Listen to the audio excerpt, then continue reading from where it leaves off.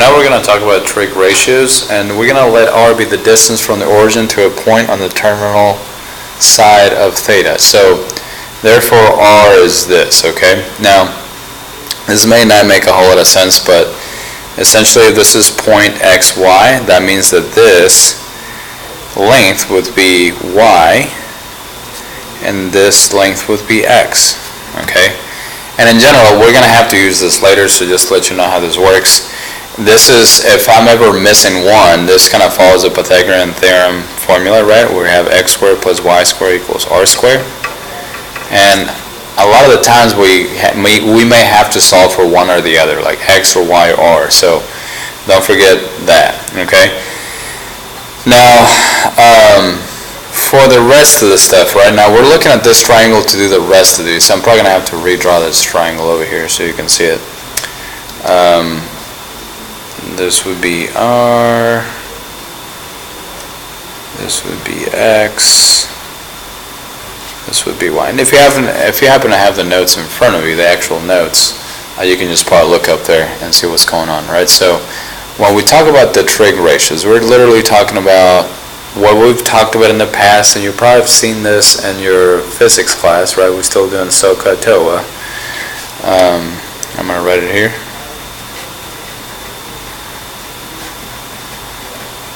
So I'm going to show you using this how we can get it. Right now, remember the sine is opposite over hypotenuse. Remember this, technically, if it's a right triangle, the opposite would be y.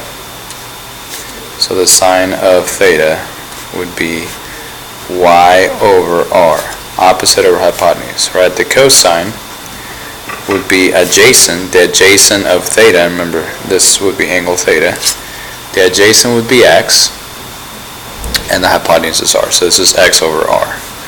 The tangent is opposite over adjacent, so that would be y over x.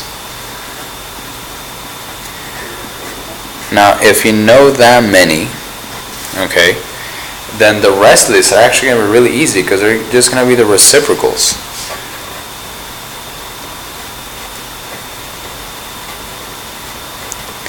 So the cosecant of theta is a reciprocal of that. So this is going to be r over y. The secant is going to be the reciprocal of cosine, which is r over x. And the cotangent is the reciprocal of tangent. So this would be cotangent x over y. And of all the things that you're going to see in trig, you're going to use this a lot. Okay? So make sure that you really know these. I mean, obviously you can always draw yourself a triangle and try to do this, or you can memorize them. So let's go to the back of this now. Okay, now we're going to talk about essentially how to find these. Okay, so if we have this point, 6, 8, right, we're going to draw our vector here. We're going to say this is 6, 8. Let's say about there. Okay, so again, this is 6, 8.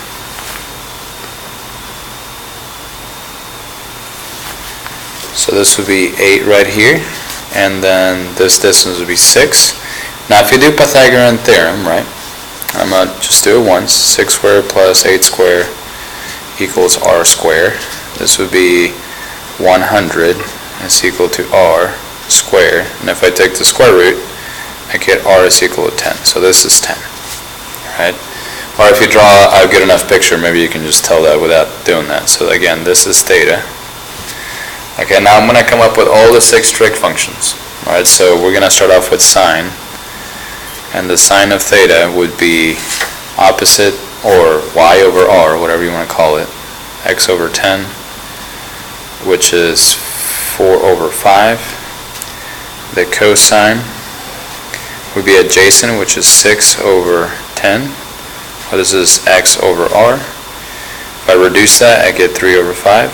The tangent of theta would be 8 over 6, which is 4/3. Okay? And then if you know those, and the rest of them are actually really simple, because the cosecant is the opposite of this. So this is going to be 5, or the reciprocal, excuse me. This is 5 over 4.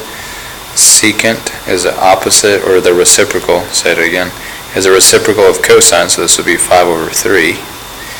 And then the cotangent of theta would be 3 over 4, which is a reciprocal of tangent. Okay? Now let's go ahead and do the next one. Now on this one right here, I'm actually over here, right? Negative 4 would be somewhere over here. So this would be negative 4. This height right here, we would the square root of 2. And now, same idea, if you do Pythagorean Theorem, you would have negative 4 square plus 2, right, or square root of 2 squared, which is 2, is equal to r squared. So this would be 16, that would be 18, equals to r squared. If I take the square root of 18, I get square root of 18. Remember, I want to keep this positive. If I break this down, I get 3 square roots of 2. Okay, so that's r. So this, again, would be 3 square roots of 2. Alright, so I'm going to come up with all the 6 functions, okay? So this would be, let's see, the sine of theta would be this, is y, over r, which is 3 square roots of 2. And on this one, you can actually cancel, right? The square root of 2 and the square root of 2 will cancel, and you end up with 1/3. So this is kind of nice. The cosine, you would have negative 4 over 3 square roots of 2. But you have to rationalize the denominator, and what that means is that I'm going to multiply top and bottom by the square root of 2. So this is going to be 3 times 2, which is 6. And this one's going to be negative 4 square roots of 2, which will then give me negative, if I reduce this, negative 2 square roots of 2 over 3. All right. Tangent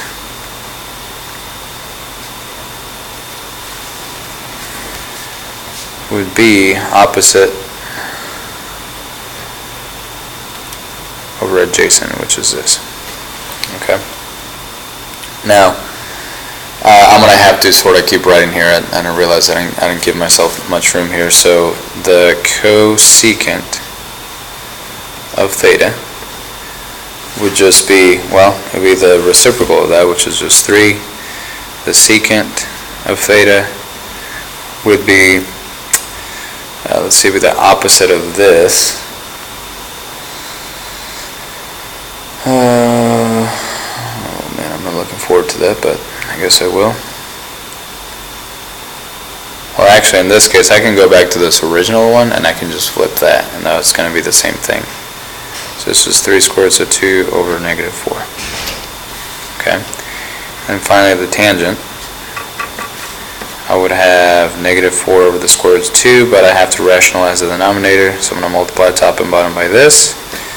So my answer would be negative 4 square roots of 2 over 2, which is negative 2 square roots of 2. Okay? So that is what I got. Now, let's just go ahead and go on to the next one. It says, find the exact values of the 5 trig functions for an angle theta and standard precision. So if I have a negative 5 over 3, and this is between 3 pi, and maybe I should draw a little picture here. 2 pi is right here, and 3 pi over 2 would be right here. Okay? So if I have this sine that's down here, I have this angle is all the way down here. Okay, and it's 5 and 13. So that means that the 5, the sine, remember the sine was y over r. Okay, so the y is definitely going to be negative, so this is going to be negative 5, and this is going to be 13. Okay. So that's where the angle is located at, and we're trying to find out the other one. So right now the cosine, and I'll talk about how that works, the cosine of this would be, oh man, I have to look for that. I didn't even realize that. So I have 5 squared plus x squared is equal to 13 squared. So this is 25 plus x squared is equal to 169. And if I subtract 25 from 169,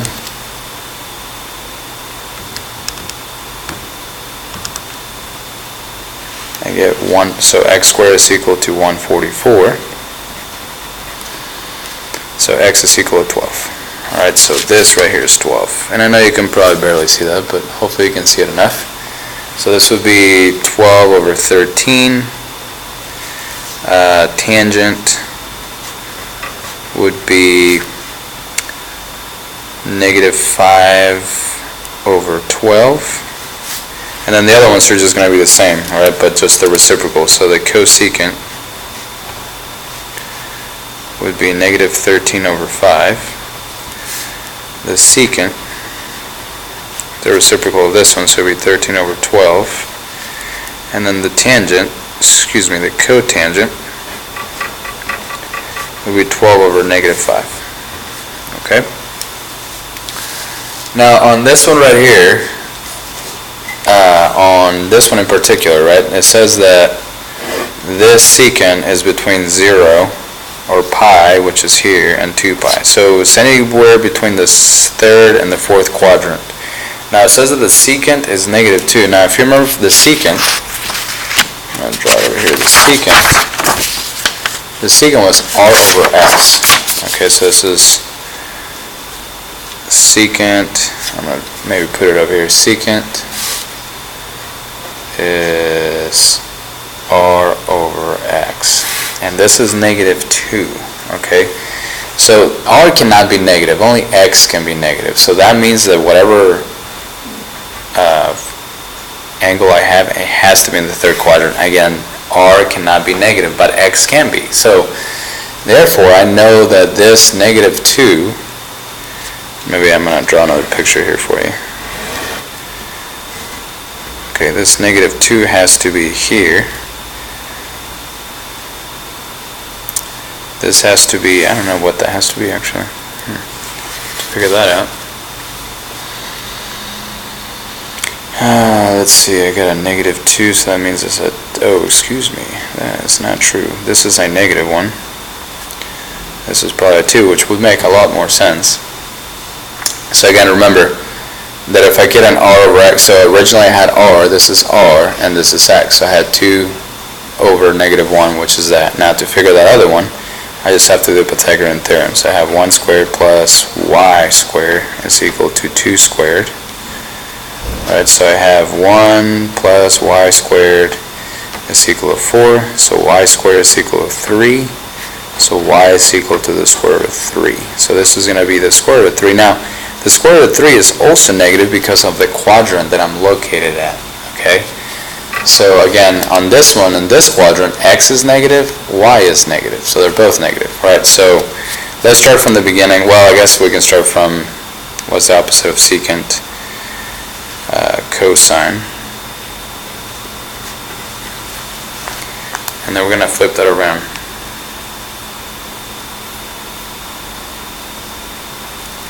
Alright, so we're going to flip that around. So we're going to have negative 1/2. Let's see, that's cosine. And at this point, I'm just going to look at the sine and just go from there. So the sine would be negative square root of 3 over 2.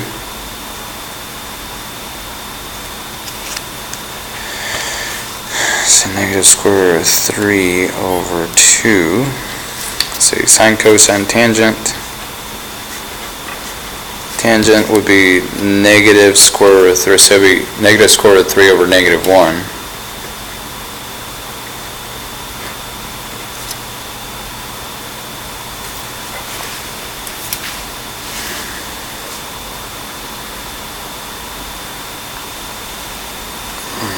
Okay, so this would be just square root of 3. Okay. Now let's see, we already have the secant. We need the cosecant. The cosecant is related to sine, so this is going to be 2 over negative square root of 3, which is I'm going to rationalize the denominator. So that's going to give me 2 squared roots of 3 over negative 3. That's that one. And then I have cotangent, which is really the opposite of this if you really look at it. So it would be 1 over the square root of 3. And if I rationalize the denominator, I would get square root of 3 over 3.